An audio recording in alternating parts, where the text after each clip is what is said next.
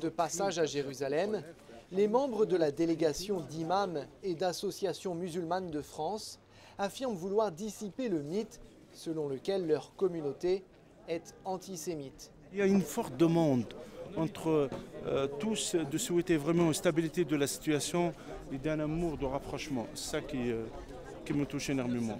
Amen. Shalom. Leur visite en Israël et dans les territoires palestiniens est l'occasion pour eux de prier dans le troisième lieu saint de l'islam et de glisser leurs vœux de paix et de coexistence pacifique dans les fêlures du mur des lamentations.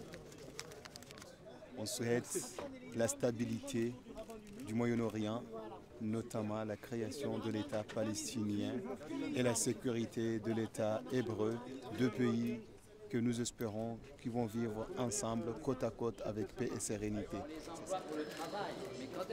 Yad Vashem, le musée dédié à la mémoire de la Shoah, est l'une des étapes importantes du voyage. L'émotion du groupe est palpable lorsque le guide raconte la destruction de la vie juive, mais aussi sa planification dans différentes parties du monde.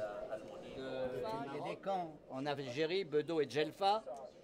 Et est-ce qu'il y a un plan de tuer les Juifs là? Oui. Jusqu'à quel point l'horreur peut-elle arriver? Jusqu'à quel point l'homme peut être vraiment plus qu'un animal? Même les animaux, ils se protègent entre eux. Là, on voit, c'est incompréhensible. Quelques instants plus tard, le groupe se rend dans la crypte du souvenir pour une cérémonie dédiée aux victimes juives de la Seconde Guerre mondiale et à ceux qui leur offrirent une protection face aux persécutions nazies.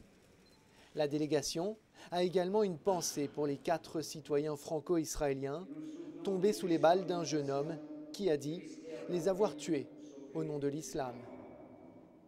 On ne peut pas faire l'amalgame entre la religion et ses extrémistes. Dans ce cas-là, aux hommes de foi, de ne pas utiliser la langue de bois, de dénoncer, pour que la majorité comprenne que l'islam ou la religion en général, elle n'a rien à voir à ces fous furieux qui arrachent la vie sans pitié, sans respect.